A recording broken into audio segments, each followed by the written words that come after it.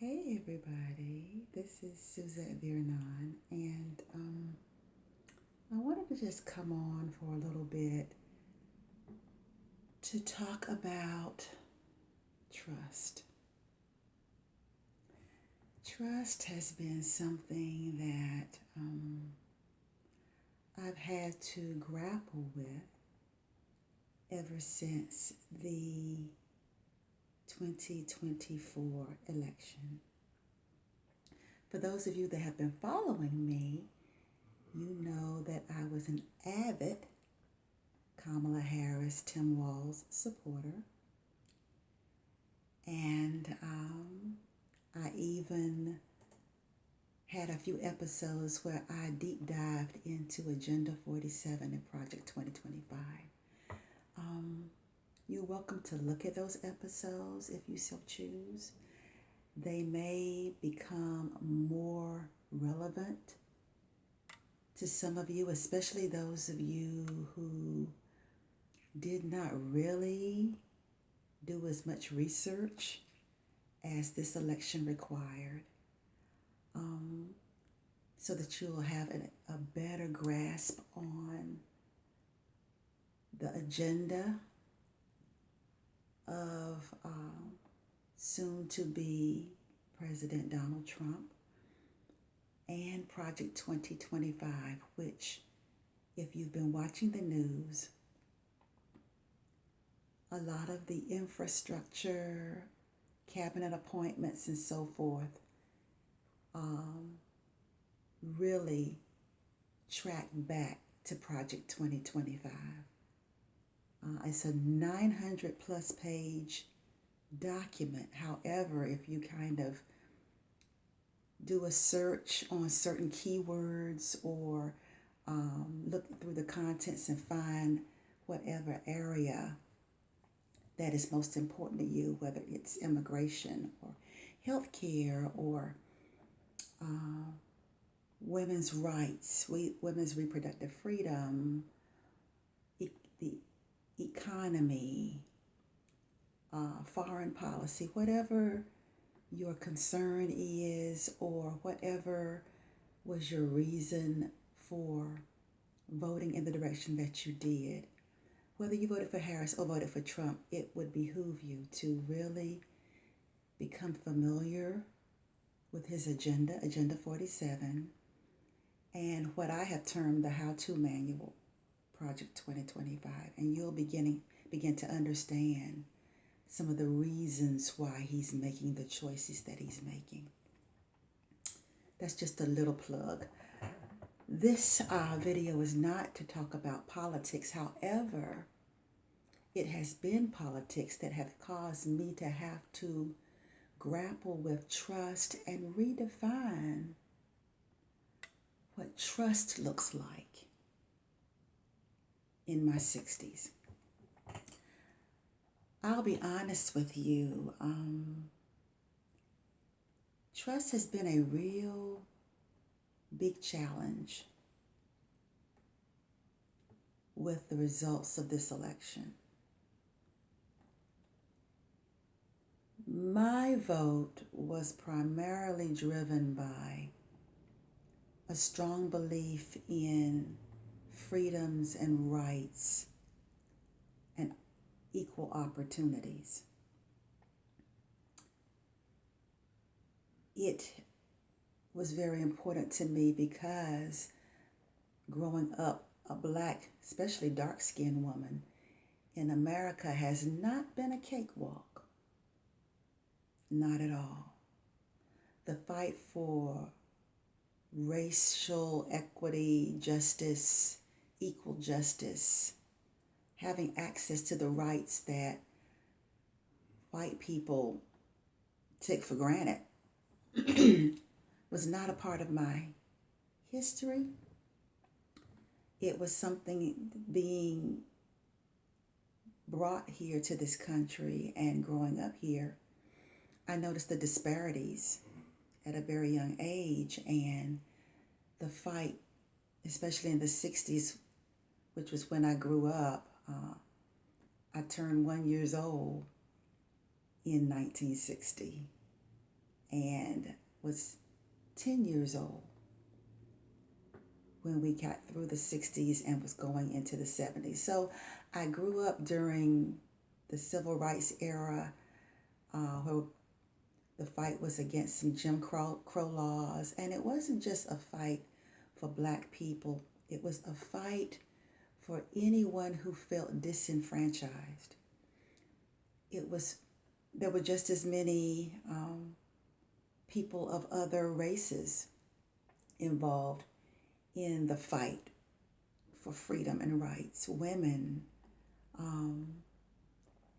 poor, the working poor, poor white people, rural communities who did not feel like they were being seen. It was a fight for equal rights. Basically being civil, living in a civil society for all people, not just for some. That was what the fight was about. And so for me, at 64, it was very, very disheartening to see many of hard-fought rights and freedoms rolled back. Affirmative action, diversity, equity, and inclusion, the weaponizing of the word woke, knowing that those rollbacks would affect disproportionately Black communities. That was disheartening for me, and it caused trust to come into question. Trusting God, trusting my fellow man, trusting that despite a very checkered past, that there was an opportunity for progress in redemption. The arc bending toward justice.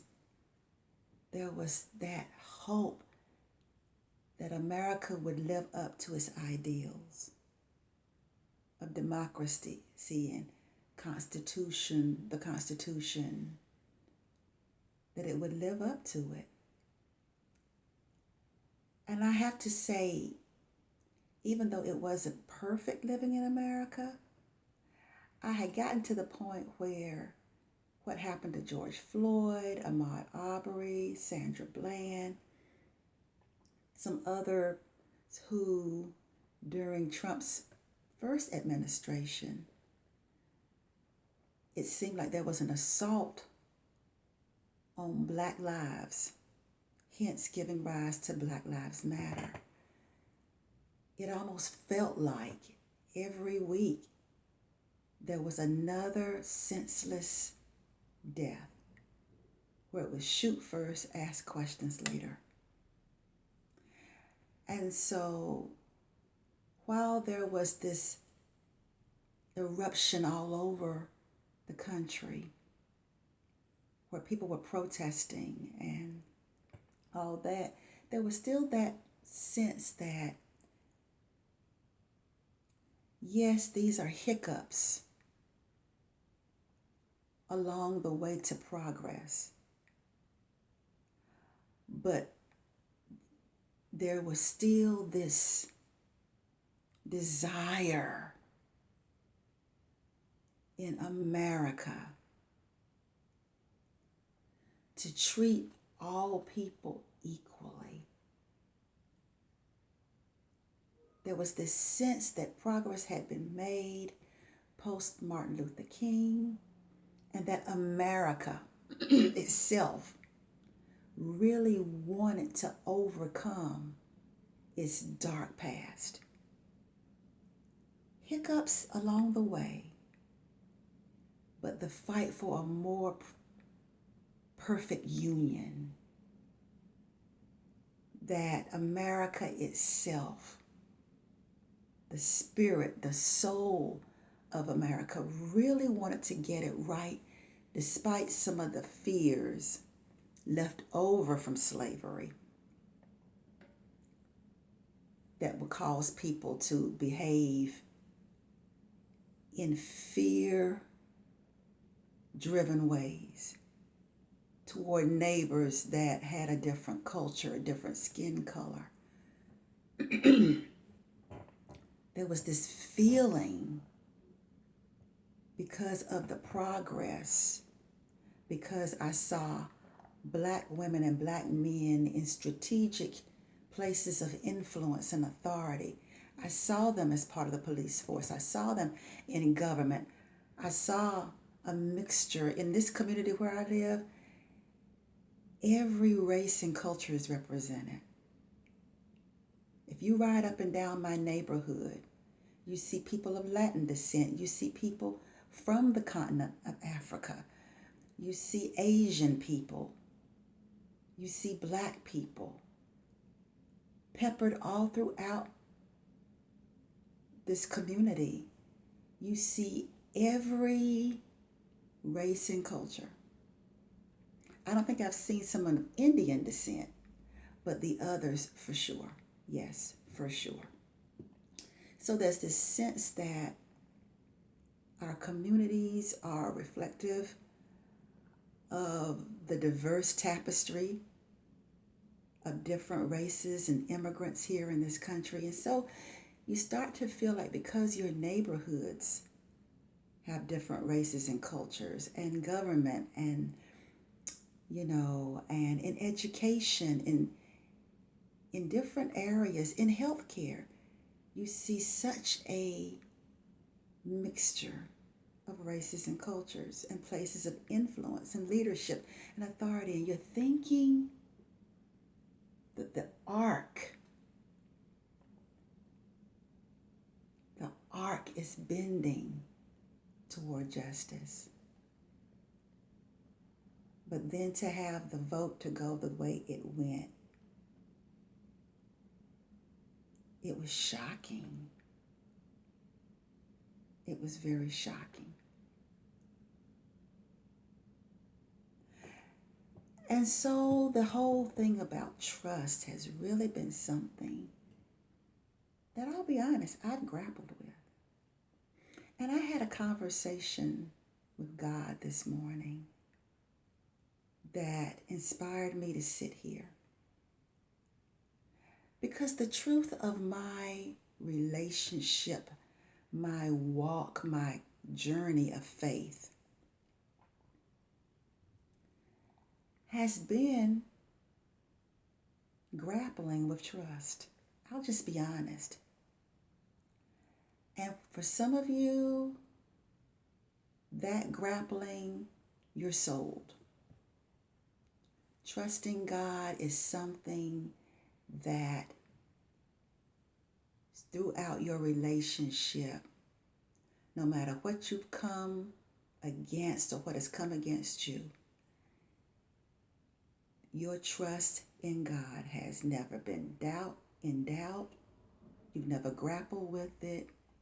It is a given. It's solid. It's if I perish, I perish. And if so, great. But even in my 60s, there have been things that I have experienced in my living in this world that have truly called it into question. And I've had to have some real, deep, honest conversations with God. And I had one this morning, and I said, God, I'm fearful of what trusting you will mean. Because in my history with you, there have been times where I have trusted you and things have not turned out the way that I wanted them to, or thought that by trusting you, they would turn out. I just got to keep it real. And I said, God, I want to trust you, but I don't know what trusting you will mean. I don't know what this next 4 years is going to be like in this adventure of trust. Will it feel like I'm trusting you, but you're letting me down? Because truly, if I were to be honest, the way this election turned out, it felt like. So God, bread and butter issues, kitchen table issues mean more to you than integrity? You couldn't do any better than sanctioning someone whose history has been so against the very values that I feel like Christianity is built on? That's the best you could do was get a 34 count, a person convicted on 34 counts by their peers who weren't just Democrats, weren't just Republicans, but who unanimously found him guilty on all 34 counts. The best you could do was bring someone who hangs out and is comfortable with people who have been found guilty of corruption, of misogyny, of rape, of sexism, who admires oligarchs and dictators, people who use their authority in an abusive way. That's the best you could do. That's quote unquote God's man. That's anti-establishment. That's your desire for America. Someone who puts the concerns of the wealthy above any other concerns, who puts white patriarchy, ideals that are seeped in it, above human rights, who sanctions manipulating the voting system so that it will bend toward him getting elected, and when it doesn't, demonize it? Who would sanction voter suppressive efforts that would throw out ballots? People doing the right thing, but because of the slowness of the Postal Service, not having a chance for their ballots to be counted. Long lines, moved ballot boxes, redistricting, rezoning, gerrymandering, all being a part of the ground game, if you will. Votes being bought. That's the best you could do, and this could be your will. I just couldn't get with it. And so it caused me not to question character and integrity, because to me that's not something in peril. I know the values that I live by. They're not in question. But it's like, okay, God, you allowed this. So does my trust in you, is it bigger than what you have allowed that I don't have the answers to? Why you would allow it? I'm not privy to that information.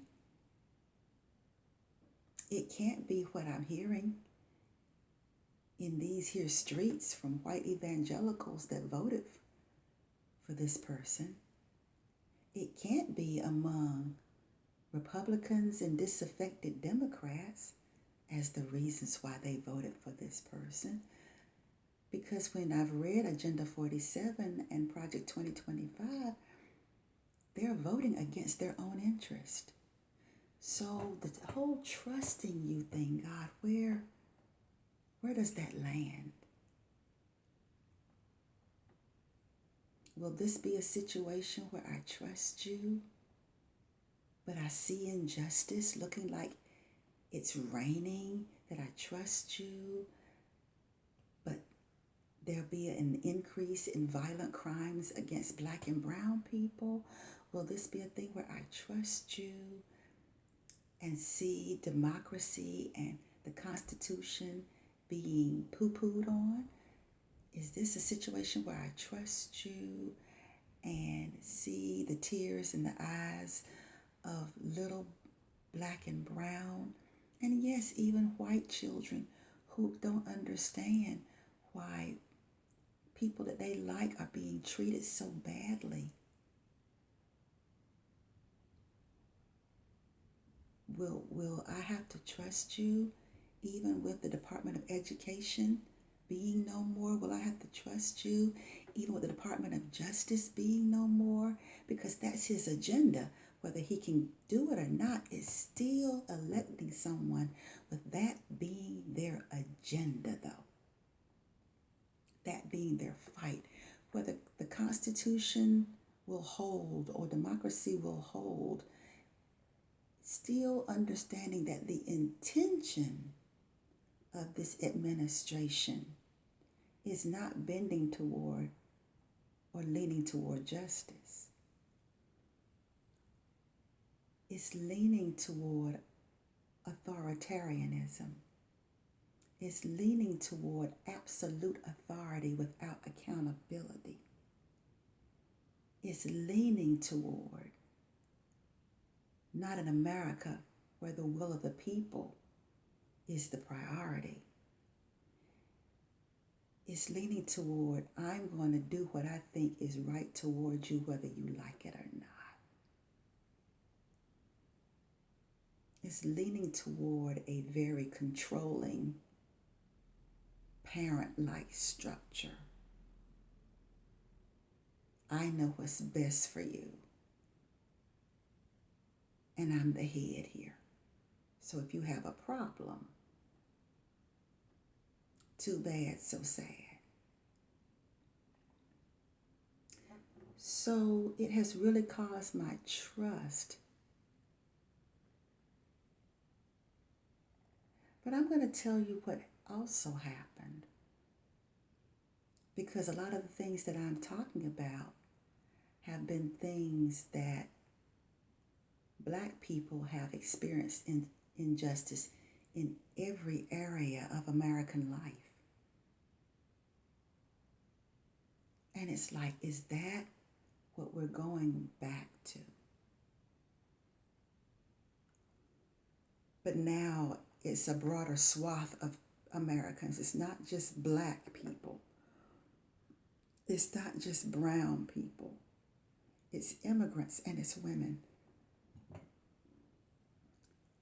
Now it's party where now Democrats are considered woke. And so now it's if you affiliate as a Democrat, now there's this something on your back. What is it we say? Something on your back. You got a target on your back, yeah. So has it come down to that and having to relive aspects of the past where fear and control and dehumanizing fellow Americans becomes the American way, where we hold no standing anymore. Our ideals mean nothing anymore. And it's all about control and hanging out with other people who can just look at a place and say, I want to control that space. And even if it's occupied by someone else, I'll use whatever means necessary. to get a foothold there. It does bring to the forefront trust. And I don't really have a silver lining, if you will, because you have to grapple with it too. But what I have found to be true is that God has been present in the grappling. I have felt his presence and him leaning in, even in the grappling, and me being honest and saying, God, I don't know whether I can trust you, because I don't want to go through hard again. It's already been hard, but I don't want to go back to the hard that my parents experienced in America, and their parents experienced in America, and their parents' parents experienced in America. I don't want to go back to the inward flowing like water. No more filter, no more guardrails. I don't want to go back to intimidation, because I fit in the categories that have been demonized by the administration that's going to be the President of the United States that's coming in 2025. I don't want to go back to that. So my trust is grappling with God. Am I going to have to go back to that? Because I keep hearing that you are, that you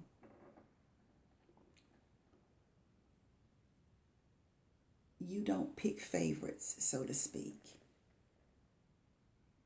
Right? And so for me to expect you to give me an easy out where other people are hurting and struggling, is it fair for my trust in you to be such that I ask you to spare me? To spare me and my family from what other families are going to experience? Right? Is it fair? Should my trust in you be based on, well, this isn't going to touch me and mine because I have good health insurance, or this is not going to touch me and mine because I have a great financial plan, or this is not going to trust me and mine? Is that where I should hang my hat? Because there have been situations in my walk with God where it has felt like God failed me, where it has felt like things were not fair, were not just, that I prayed and I still married the wrong person twice, or I asked God to spare me and I still struggled financially and had to be on EBT for a little while through my son's father. That I prayed and trusted and I still worried about putting gas in my car and food on the table. So is my trust such that it should be, well, I'm going to still be able to do this and I'm going to still be able to do that. So I should trust God because I'm in a better place. So certain things are not going to touch me. Is that really trust though?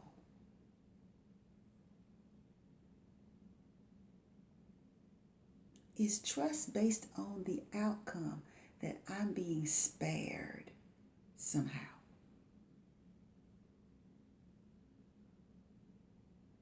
And if that's the trust, is it really trust? Is it really trust because you trust that all things are going to go well for you, even if things are going terrible for those around you? Is it going to be a sorrows, prayers? Is it going to be like, well, I'm sorry that you're poor, but I'm so glad I'm not? is my trust, should my prayer be, God, spare us. I'm trusting you that I'm not going to have to go through the things other people are going through. Is that really trust, though?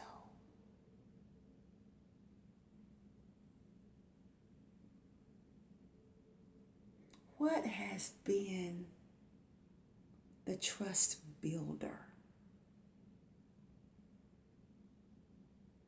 that I could hang my hat on, even when things have not gone the way I've wanted them to? Even when the consequences of making the best decision for me at the time resulted in the consequences still being less than ideal, and in some cases seeming like punishment.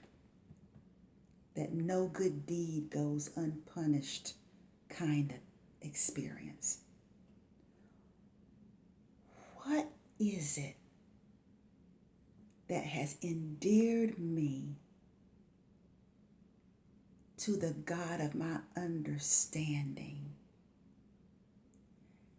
and has caused me to have progress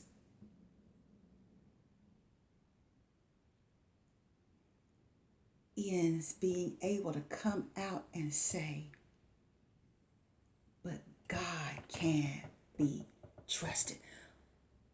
What in these 64 years of life still causes me to pray and talk to and be in relationship with a God that sometimes my prayers seem to result in my life getting better, and other times my prayers resulting in things getting worse? On what part of trusting God is my faith unshakable?